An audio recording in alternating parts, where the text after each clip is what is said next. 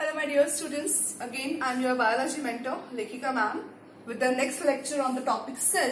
कल मैंने आप लोगों के साथ में डिस्कस किया था सेल वॉल, ठीक है। हमने सेल का इंट्रो डिस्कवरी वगैरह सब देख ली।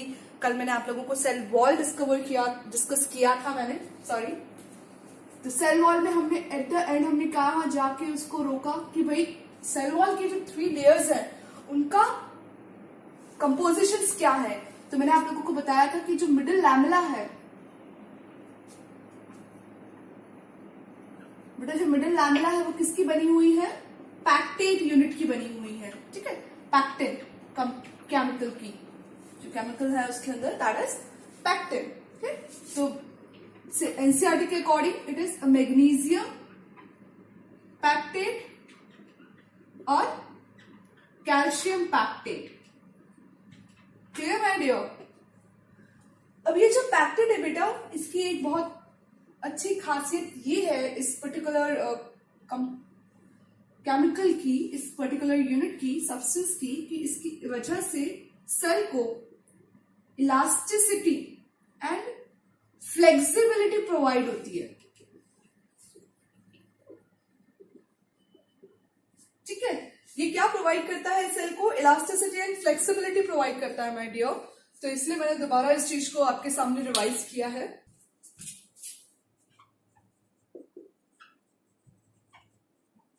Cell membrane, okay. Cell membrane क्या है बेटा? ये बहुत ही ज्यादा इलास्टिक कवरिंग है। What is called as? It is elastic covering, elastic outer covering, ठीक है। इसको बहुत सारे नाम से इसको रिप्रेजेंट किया जाता है। इलास्टिक आउटर कवरिंग बोला जाता है, सेमी परमिएबल मेम्ब्रेन बोला जाता है, ठीक है। इसके अलावा मैं बात करूं तो it is also called as plasmalemma, ठीक है। It is also called as plasma membrane, ठीक है। It is also called as lipid bilayer membrane, lipid bilayer membrane, ठीक है। या फिर बायलिपिड मेम्ब्रेन भी बोला जाता है। Somewhere it is also called as bilipid membrane भी बोला जाता है। So these are the various अलग अलग नाम हो गए बेटा इसके। Elastic covering, elastic outer covering membrane, semi permeable membrane, plasma lemma, plasma membrane, lipid bilayer membrane, bilipid membrane. तो इतने सारे नाम हो गए बेटा इसके, ठीक है। अब ये मैं बात करूं तो ये एनिमल्स एंड प्लांट्स दोनों में पाई जाती है, okay. Found in both plants and animals. See, plant cells में तो सेल वॉल के जस्ट नीचे, एनिमल्स में द वेरी फर्स्ट कवरिंग, ठीक है। तो ये दोनों में पाई जाती है। Found in both plants and animals, okay. Clear हो गई बात? और इसके अंदर की बात, it is also called semi fluid. इसके कॉन्स्टिट्यूएंट की बात करें बेटा तो ये सेमी फ्लूइड होती है, या फिर इसको क्वासी फ्लूइड भी बोल सकते हैं, ठीक है। अब सेमी फ्लूइड और क्वासी फ्लूइड क्या है? सी, जब आप एलोवेरा के प्लांट को कट करोगे तो आपको अंदर का स्ट्रक्चर कैसा दिखेगा? It is kind of jelly substance. ना तो वो सॉलिड है, ना ही वो पूरा लिक्विड है, ठीक है। ना तो पूरा वाटरी है और ना ही पूरा सॉलिड है। इन दोनों के बीच का जो मिक्सचर होता है, सॉलिड और लिक्विड के बीच का, इसको सेमी सॉलिड भी बोलते हैं, सेमी लिक्विड। तो वो उस तरीके का है, सेमी फ्लूइड या फिर क्वासी फ्लूइड उसको बोला जाता है। तो पर्टिकुलर सेल मेम्ब्रेन कैसी है? ये दो लिपिड की मेम्ब्रेन के बीच में प्रोटीन के स्ट्रक्चर्स होते हैं, प्रोटीन प्रेजेंट होती है, और ये कुछ क्वासी फ्लूइड होती है। बहुत ज्यादा सॉलिड नहीं बोल सकते, बहुत ज्यादा लिक्विड नहीं बोल सकते, इनके बीच में होती है ये। Fine my dear. अब प्रोटेक्टिव कवरिंग है ये, it is a protective covering. इतने सारे नामों में हम इनको प्रोटेक्टिव कवरिंग भी बोल सकते हैं। इसके बाद इसके कॉन्स्टिट्यूएंट्स की बात करें कि इनमें क्या प्रेजेंट है, मतलब सेमी परमिएबल मेम्ब्रेन, मतलब सेल मेम्ब्रेन या प्लाज्मा मेम्ब्रेन किन किन चीजों की मिलकर बनी है? तो इट इज प्रोटीन्स, लिपिड्स। ये दोनों चीजें तो मोस्ट है भाई। प्रोटीन्स और लिपिड्स का तो सेल मेम्ब्रेन में प्रेजेंस बहुत ज्यादा है। इसके बाद अगर बात करें तो कार्बोहाइड्रेट्स प्रेजेंट है, ठीक है, कार्बोहाइड्रेट्स प्रेजेंट है और वाटर प्रेजेंट है और एंजाइम्स प्रेजेंट है। ये भी प्रेजेंस है जो हमें एनसीईआरटी में नहीं मिलेगा।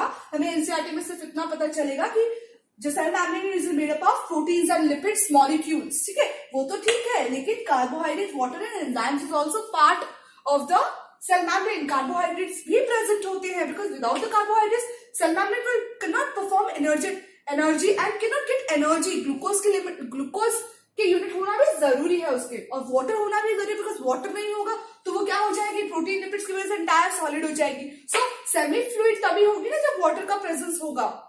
And enzymes also there because वहां पे भी कई सारी मेटाबॉलिक एक्टिविटीज होती हैं, और सेल मेम्ब्रेन जब कभी कहीं से रप्चर हो जाती है तो दोबारा से उस पर्टिकुलर सेल मेम्ब्रेन को बनना पड़ता है, तो एंजाइम्स का होना जरूरी है बिकॉज एंजाइम्स हेल्प करते हैं इन द फॉर्मेशन।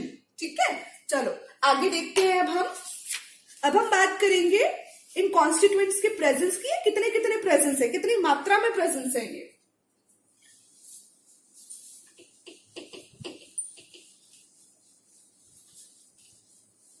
प्रोटीन और लिपिड्स के प्रेजेंस की बात करें तो इनका परसेंटेज इसके अंदर ज्यादा होता है माय डियर। और जो सेल मेम्ब्रेन है हमारी, वो इतनी इजीली किसी भी मटेरियल को अंदर अलाउ नहीं करती। ठीक है, जिस तरीके से हम जब टी बनाते हैं तो वी नीड कि टी हमें बिना टी के चाहिए, चाय हमें बिना चाय पत्ती के चाहिए। तो what we need filtration, we need filter, like a silver filter चाहिए, हमें छलनी चाहिए। तो हम जब उसको छानते हैं तो सारा का सारा जो अनवांटेड मटेरियल है वो छलनी के ऊपर रह जाता है और हमें जो चाहिए वो हमें नीचे कप में मिल जाता है। सिर्फ ऐसे ही इसको मैंने अभी आपको बोला सेमी परमिएबल मेम्ब्रेन है, सेलेक्टिव सेमी परमिएबल मेम्ब्रेन है, मतलब ये हर किसी मटेरियल को अपने अंदर आने नहीं देती। ठीक है, so it is selective semi permeable membrane.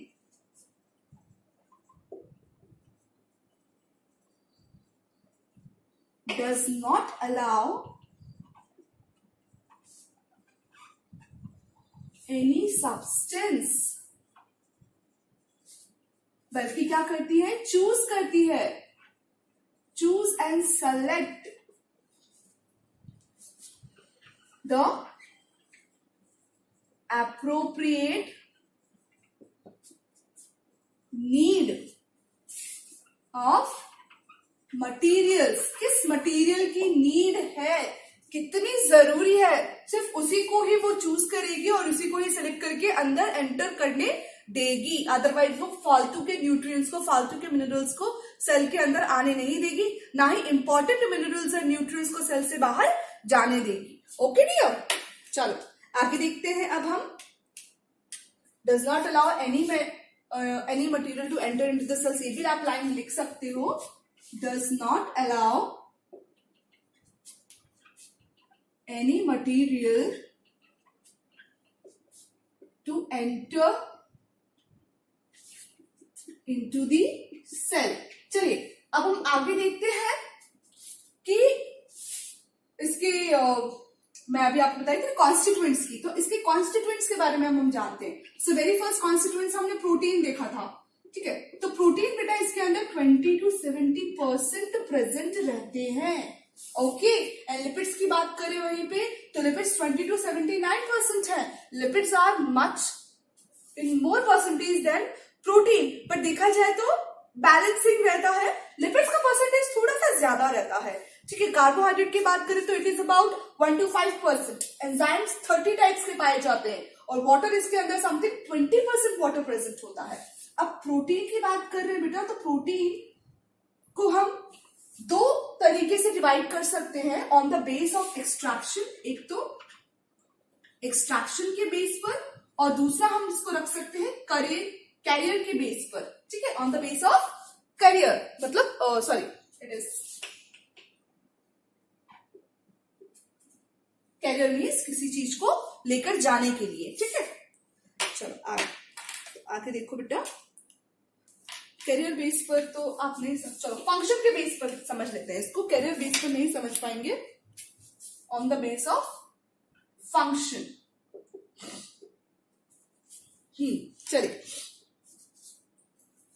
Extraction मतलब प्रोटीन्स बेटा, सेल मेम्ब्रेन के अंदर दो तरीके के प्रोटीन्स पाए जाते हैं। अब या तो आप उसको पढ़ लो एक्सट्रैक्शन के बेस पर, या तो आप उसको पढ़ लो फंक्शंस के बेस पर। ठीक है, एक्सट्रैक्शन के बेस की मैं बात करूं तो it is kind of intrinsic protein और extrinsic protein. Intrinsic protein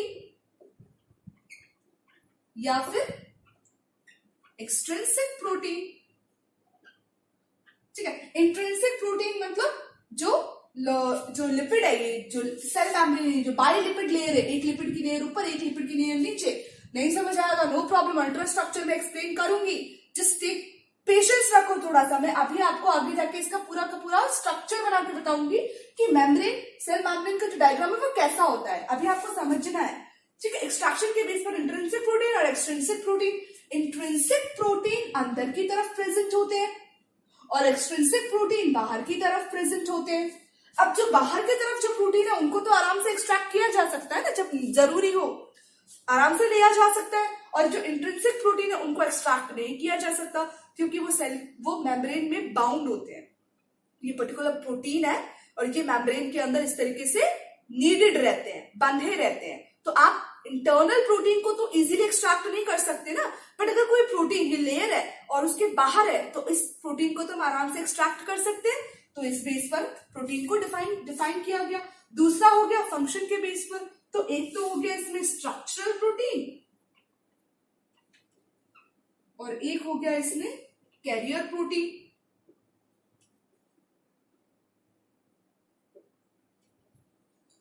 okay, एक तो हो गया स्ट्रक्चर, जो ऐसा प्रोटीन जो उस पूरी लिपिड की बाई लेयर को क्या दे रहा है, स्ट्रक्चर प्रोवाइड कर रहा है, और दूसरा प्रोटीन जो क्या कर रहा है, कैरियर, मतलब पर्टिकुलर न्यूट्रिएंट्स को या तो सेल में से बाहर या फिर बाहर से सेल के अंदर कैरी करवा रहा है। ओके, चलो लिपिड्स। अब नेक्स्ट हम देख लेते हैं लिपिड्स। बिल्कुल भी कंफ्यूज नहीं होना, मैं बहुत जल्दी ही आपको इसको डायग्राम के साथ भी समझाऊंगी। Okay my dear, don't be confuse कि भाई मैम ने क्या बता दिया, सर के ऊपर से चला गया, स्ट्रक्चरल प्रोटीन, कैरियर प्रोटीन सब निकल गया, ऐसा। अब लिपिड्स देख लेते हैं। लिपिड्स ये कितने हैं, 20 to 79% होते हैं। ठीक है, अब लिपिड्स कौन कौन से प्रेजेंट है माय डियर, यहाँ पे ग्लाइकोलिपिड्स भी प्रेजेंट है, कोलेस्ट्रॉल भी प्रेजेंट है, फॉस्फोलिपिड्स भी प्रेजेंट है। ठीक है, फॉस्फोलिपिड्स की बात करें, फॉस्फोलिपिड्स की मैं बात करूं तो यहाँ पे लेसिथिन, ठीक है, सिफिलिन, ये प्रेजेंट है लिपिड्स के अंदर। इसके बाद बात करें तो कोलेस्ट्रॉल भी प्रेजेंट है। ये क्या प्रोवाइड करते हैं बेटा, ये स्टेबिलिटी प्रोवाइड कर रहे हैं, ठीक है, लिपिड्स को। इसके बाद बात करें तो गैलेक्टोलिपिड्स भी हैं, ग्लाइकोलिपिड्स, ठीक है, ये सारे लिपिड्स के फॉर्म प्रेजेंट है। इसके बाद में बात करूं तो कार्बोहाइड्रेट, कार्बोहाइड्रेट की मैं बात करूं बेटा तो ये 1 to 5% प्रेजेंट है, ठीक है। और कार्बोहाइड्रेट की मैं बात करूं तो हेक्सोज शुगर और मॉडिफाइड शुगर प्रेजेंट है, हेक्सोज शुगर और मॉडिफाइड शुगर्स प्रेजेंट होते हैं इनमें, ठीक है, जो मॉडिफाई होते रहते हैं। ग्लूकोज की जो यूनिट है वो मॉडिफाई होती रहती है। हेक्सोज शुगर की बात करें तो कौन सा यूनिट, जैसे फ्रक्टोज हो गया, ठीक है, फ्रक्टोज, मैल्टोज, ये सब प्रेजेंट होता है। इसके बाद में बात करूं तो एंजाइम्स, एंजाइम्स है वो 30 different kind of enzymes present होते हैं, 30 डिफरेंट काइंड के एंजाइम्स प्रेजेंट होते हैं मेम्ब्रेन के अंदर। फिर वाटर की मैं बात करूं माय डियर तो वाटर 20% प्रेजेंट होता है। तो इन सब के कॉम्बिनेशन की वजह से मेम्ब्रेन बनती है। आई होप माय डियर आपको अच्छे से पूरा ब्लैक बोर्ड दिख रहा है। ओके गुड, चलो अब मूविंग फर्दर, अब हम आ जाते हैं इसके मॉलिक्यूलर स्ट्रक्चर, अल्ट्रा स्ट्रक्चर के ऊपर आ जाते हैं। Cell membrane my dear very first जब देखा गया था तो इतने अच्छे से नहीं देखा गया था, बिकॉज उस वक्त माइक्रोस्कोप अच्छे नहीं थे, इलेक्ट्रॉनिक नहीं थे, बहुत ज्यादा माइन्यूट, बहुत ज्यादा मैग्नीट्यूड नहीं था कि उसको बहुत ज्यादा छोटी छोटी जो सब्सटेंसेस है, बहुत ज्यादा छोटी छोटी बारीक जो नॉलेज है उसके अंदर वो दिखाई दे सके, ठीक है। तो सबसे पहला जो मॉडल दिया था वो डैनियल एंड डेफसन ने दिया था। आपको मैं डायग्राम के साथ अच्छे से समझाऊंगी। तो सबसे पहले तो हम देखते हैं कि कितने मॉडल्स बने थे। टोटल 3 मॉडल्स बने थे, जिसमें से फर्दर जो फर्स्ट 2 मॉडल्स थे बेटा वो रिजेक्टेड मॉडल्स थे, और जो बाद में आया, जब मॉडल जो बाद में आया वो क्या करा गया, अप्रूव्ड किया गया। ठीक है, तो फर्स्ट जो था that is sandwich model. Sandwich model था माय डियर, जो किसने दिया था, डैनियल एंड डैवसन ने दिया था। ओके, फिर उसके बाद में जो सेकंड मॉडल आया that is unit membrane model. Unit membrane model, it was given by Robertson. बहुत इंपॉर्टेंट है बेटा, आपको याद रखना है बिकॉज ये क्वेश्चंस आते हैं इसके। And the third one is fluid mosaic model, जो हमारी एनसीईआरटी में हमें पढ़ने को मिलेगा। एंड आई थिंक 9th की एनसीईआरटी में भी फ्लूइड मोजाइक मॉडल नहीं है। ये टोटल जो कंसेप्ट है, अभी जो मैं कंसेप्ट पढ़ा रही हूँ आपको, ये टोटल कॉम्पिटिटिव है बेटा। ठीक है, तो fluid mosaic model it was basically discovered by Singer and Nicolson. Okay, so आपको याद रखना है, the first model was sandwich model discovered by Daniel and Davson ने, third model unit membrane model Robertson ने, and the third one is, second one is unit membrane model Robertson, and the third one is fluid mosaic model Singer and Nicolson ने discover किया था। And ये वाला जो model है जो हम अपनी स्टडी में पढ़ते हैं, ये रिसेंटली डिस्कवर्ड मॉडल है माय डियर। ठीक है, ये सिंगर एंड निकोलसन ने देखा था तब जब इलेक्ट्रॉन माइक्रोस्कोप आ चुके थे।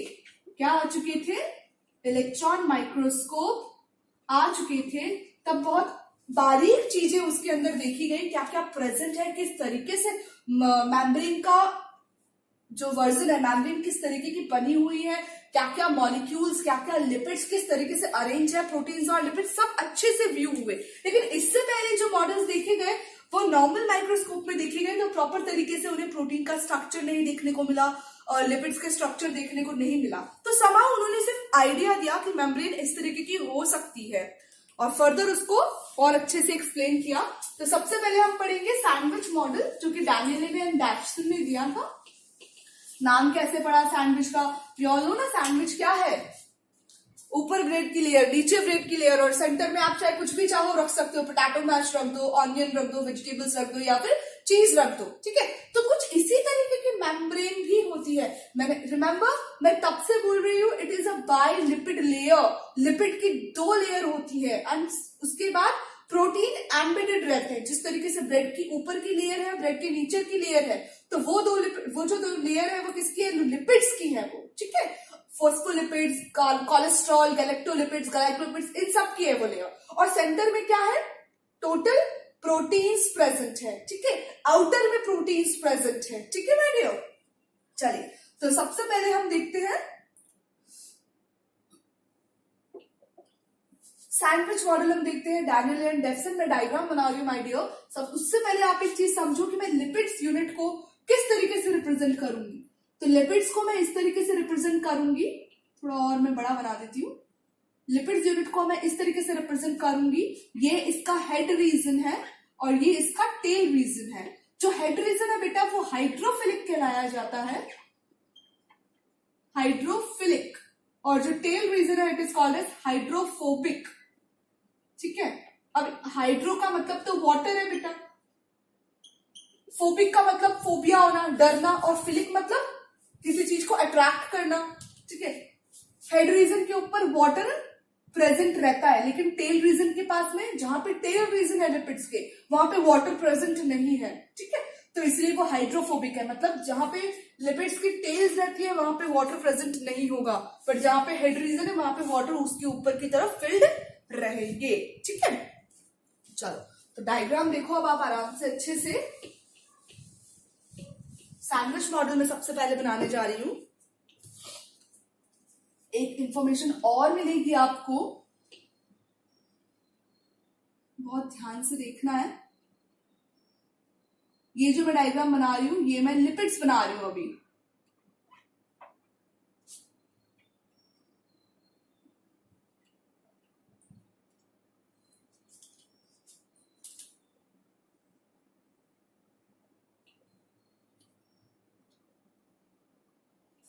कंफ्यूज नहीं होना है बिल्कुल भी बच्चों, कोई बहुत भारी डायग्राम नहीं है, बस ध्यान से समझना है कि मैं क्या बना रही हूं और कंफ्यूज भी नहीं होना है।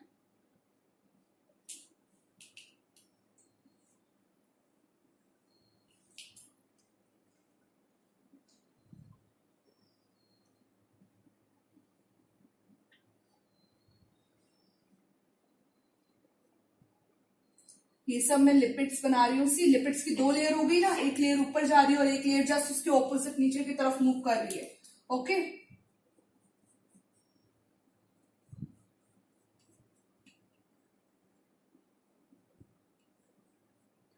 ये जो मैंने रेड से जो डायग्राम बनाया है, जो रेड से जो मैं बार्स बना रही हूँ, दीज आर प्रोटीन्स, इनको प्रोटीन्स बोला जाता है। ओके,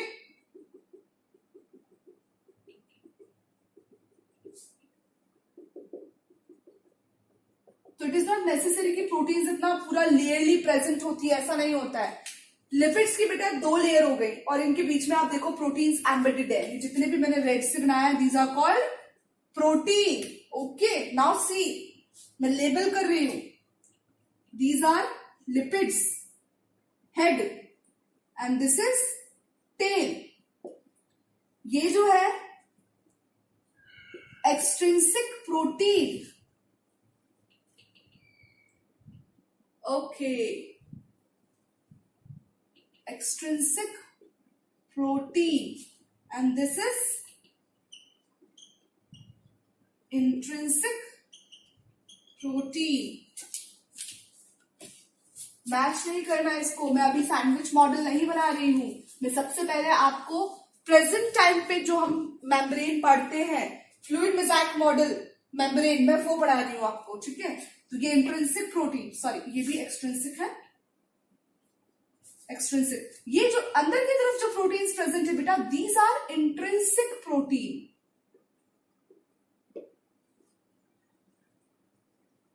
वो प्रोटीन जो लिपिड लेयर्स के बीच में प्रेजेंट है, these are called as intrinsic protein. और वो प्रोटीन जो लिपिड के लेयर्स के बाहर प्रेजेंट है, वो है एक्सट्रिंसिक प्रोटीन। बिल्कुल कंफ्यूज नहीं होना है, बिल्कुल इजी है। लिपिड के लेयर्स के बीच में जो प्रोटीन फंसे हुए हैं, इंट्रिंसिक। एक्सट्रैक्शन के बेस पर मैंने थोड़ी देर पहले आपको बताया कि एक्सट्रैक्शन के बेस पर प्रोटीन डिवाइडेड है, इंट्रिंसिक और एक्सट्रिंसिक। अब से एक्सट्रिंसिक प्रोटीन को आराम से हटाया जा सकता है, बट इंट्रिंसिक प्रोटीन को आप लिपिड्स के लेयर के बीच में से आराम से हटा नहीं सकते। ठीक है, लैब्स वगैरह में जब लिपिड्स की मेम्ब्रेन्स के ऊपर वर्क किया जाता है, तो आप लिपिड की मेम्ब्रेन्स को इजीली ब्रेक डाउन नहीं कर सकते, क्योंकि उनके बीच में प्रोटीन फंसे हुए होते हैं। और ये जो बीच में जो प्रोटीन है, दिस इज कॉल्ड ट्रांसमेम्ब्रेन या फिर टनल प्रोटीन। ठीक है, जो हमने दूसरी प्रोटीन के बारे में बात करी थी फंक्शन के बेस पर, तो फंक्शन के बेस पर हमने बात करी थी ना कैरियर प्रोटीन, तो ये कैरियर प्रोटीन है। ये बिल्कुल आप एक सर्कल लेकर चलो कि इंटायर जो सर्कल सेल है वो सर्कुलर है। ठीक है, इस तरीके से। तो अंदर की तरफ में साइटोप्लाज्म, ये सेल का बाहरी पार्ट है। क्लियर हो गई? तो अंदर की तरफ में जो साइटोप्लाज्म के अंदर जो न्यूट्रिएंट्स है सारे के सारे, वो न्यूट्रिएंट्स यहां से ट्रैवल होंगे और यहां से सेल से बाहर, और यहीं पे सेल से अंदर और सेल के अंदर, सेल के बाहर से न्यूट्रिएंट्स ट्रैवल करेंगे थ्रू द टनल प्रोटीन। तो टनल प्रोटीन क्या है? कैरियर प्रोटीन है। यही मिनरल्स को, सब्सटेंसेस को क्या करती है? ट्रांसपोर्ट करने में हेल्प करती है, from inside to outside and from outside to inside. Otherwise lipid के लेयर्स, जहां जहां आपको लिपिड्स की लेयर दिखाई दे रही है बेटा, वहां से सब्सटेंसेस का मूवमेंट पॉसिबल नहीं है। यहां से सब्सटेंसेस का इनसाइड मूवमेंट पॉसिबल नहीं है। क्यों? क्योंकि लिपिड की लेयर, लिपिड्स क्या है माय डियर? आपने कभी देखा है पानी के अंदर अगर आप ऑयल या फिर घी डाल दोगे तो क्या वो मैश हो जाएगा? Oil and water can never be mix. Same वही चीज, तो जो ऑयल है, जो फैट है, वो क्या है? लिपिड्स की है, लिपिड्स के मॉलिक्यूल्स है। तो लिपिड्स के मॉलिक्यूल्स कैसे होते हैं? लिपिड्स के मॉलिक्यूल बहुत ज्यादा चिकने होते हैं। लिपिड्स के मॉलिक्यूल इतने ज्यादा टाइटली पैक्ड है कि उनके ऊपर वाटर प्रेजेंट है, वो अपने मॉलिक्यूल्स के अंदर से वाटर को जाने नहीं देंगे। अभी बात समझ आई? जो मैं समझाना चाह रही हूं कि वाटर क्या है, वो लिपिड्स के ऊपर प्रेजेंट है सब जगह। ओके, तो मैंने आपको थोड़ी देर पहले डायग्राम बताया था कि हेड रीजन है और टेल रीजन है। टेल रीजन कैसा है, हाइड्रोफोबिक, और हेड रीजन कैसा है, हाइड्रोफिलिक, क्योंकि मेम्ब्रेन के बाहर। तो क्या होगा, वाटर रीजन प्रेजेंट है, यहाँ पे साइटोप्लाज्म है, साइटोप्लाज्म में भी वाटर प्रेजेंट है, यहाँ पे नेक्स्ट सेल है वहां पे भी प्रेजेंट, दो सेल्स के बीच में जो गैप होता है वहां पे भी वाटर प्रेजेंट है, लेकिन लिपिड लेयर्स के बीच में वाटर प्रेजेंट नहीं है, वहां पे वाटर की प्रेजेंस नहीं होती, because water can never be mix with fatty layers. Lipid के लेयर्स के साथ में वाटर मिक्स नहीं हो सकता। क्लियर हो गई बात अब? तो ये जो हेड्स है वो बहुत ज्यादा इंटरलॉक्ड रहते हैं, इतने इंटरलॉक कि पानी की छोटी सी ड्रॉप भी उनके पास से मूव ट्रांसपोर्ट नहीं कर सकती। तो मटेरियल को तो लेकिन ट्रांसपोर्ट होना है from the inside of the cell to outside, तभी तो जो सेल मेम्ब्रेन है इसको क्या बोला गया है, सेलेक्टिवली परमिएबल मेम्ब्रेन। वो यहां से सेल के बाहर और सेल के अंदर सिर्फ उन्हीं पर्टिकुलर न्यूट्रिएंट्स को आने देगी जिनकी बहुत ज्यादा जरूरत है। लाइक फर्दर देखा जाए, अगर सेल के अंदर मान लो पर्टिकुलर मैग्नीशियम पोटेशियम की कमी हो गई है, तो वो आसपास के जो एडजेसेंट सेल्स है वहां से सिर्फ और सिर्फ पोटेशियम और मैग्नीशियम को ही अंदर आने देगी। या सेल के अंदर समटाइम्स कुछ ऐसे कंपोनेंट्स बन गए जिनकी जरूरत नहीं है, दे आर वेस्ट, तो वो उन्हीं को ही बाहर जाने देगी, इंपॉर्टेंट न्यूट्रिएंट्स को सेल से बाहर जाने नहीं देगी। बात समझ में आई? That's why it is called a selectively semi permeable membrane. Whenever they need, they only enter those selective nutrients, those selective minerals। तो वो कहां से होते हैं, टनल प्रोटीन्स से होते हैं। इसके अलावा और कहीं से भी पॉसिबल नहीं है ट्रांसपोर्टेशन। क्लियर हो गई बात? चलिए, तो ये तो मैंने जो आपको डायग्राम पढ़ाया बेटा, this called fluid and mosaic model. ये जो मैंने आपको पढ़ाया, ये जो मेम्ब्रेन है, ये इलेक्ट्रॉनिक माइक्रोस्कोपिक व्यू वाला मेम्ब्रेन है। मेम्ब्रेन इस तरीके की होती है, बाइलिपिड होती है। मेम्ब्रेन्स के बाहर और अंदर, बाहर दोनों साइडों में, ये तो साइटोप्लाज्म सेल के अंदर का पार्ट हो गया, ये सेल के बाहर का पार्ट हो गया, ठीक है। लेकिन लिपिड लेयर के ऊपर जो प्रोटीन्स है, दीज आर कॉल्ड एक्सट्रिंसिक, और लिपिड लेयर के बीच में जो प्रेजेंट है, these are called intrinsic protein. Fine, तो ये है lipid bilayer membrane. Cell membrane इस तरीके की पाई जाती है, ठीक। तो फ्लूइड मोज़ाइक मॉडल मैंने आप लोगों को पढ़ाया, जो कि किसने दिया था, सिंगर एंड निकोलसन ने, ठीक है। बात समझ आ गई? नाउ अब जो आपको समझना है, जैसे क्वेश्चन बन के आ सकता है, सी अपर की जो प्रोटीन लेयर होती है बेटा वो 20 एंगस्ट्रॉम की होती है। लोअर की जो प्रोटीन की जो लेयर होती है, मतलब प्रोटीन जितनी लेयर प्रोटीन एक्वायर कर रहा है, तो वो कितनी है, 20 एंगस्ट्रॉम की, ठीक है। और जो सेंटर में जो लिपिड की लेयर है, लिपिड की लेयर का जो डायमीटर है वो कितना है बेटा, 35 एंगस्ट्रॉम। तो टोटल मुझे बताओ, टोटल जो हमारी सेल मेम्ब्रेन है, टोटल कितनी, उसकी विड्थ कितनी हुई, इट इज 75 एंगस्ट्रॉम।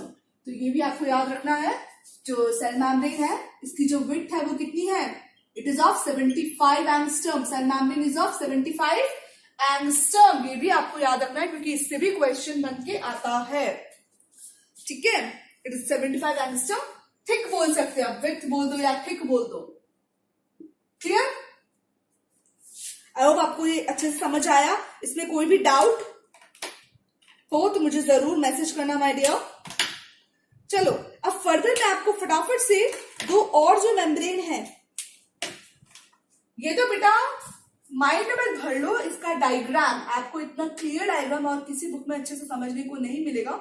हाँ, आपको कलरफुल डायग्राम जब कहीं मिले, बिकॉज मैं यहाँ पे 3D में आपको एक्सप्लेन नहीं कर सकती, it is a 2D dimension. मैं 3D डायमेंशन में आपको डायग्राम बना के नहीं बता सकती। आप गूगल पे एक बार सर्च कर सकते हैं, then you come to know कि किस तरीके से लिपिड बाइलेयर, ये लिपिड की एक लेयर है और ये लिपिड की दूसरी लेयर है, बिल्कुल ऑपोजिटली मिररली ये फॉर्म होती है, सेम टू सेम। ऊपर की जिस तरह से लेयर है सेम टू सेम, नीचे भी वही लेयर प्रेजेंट होती है। ओके।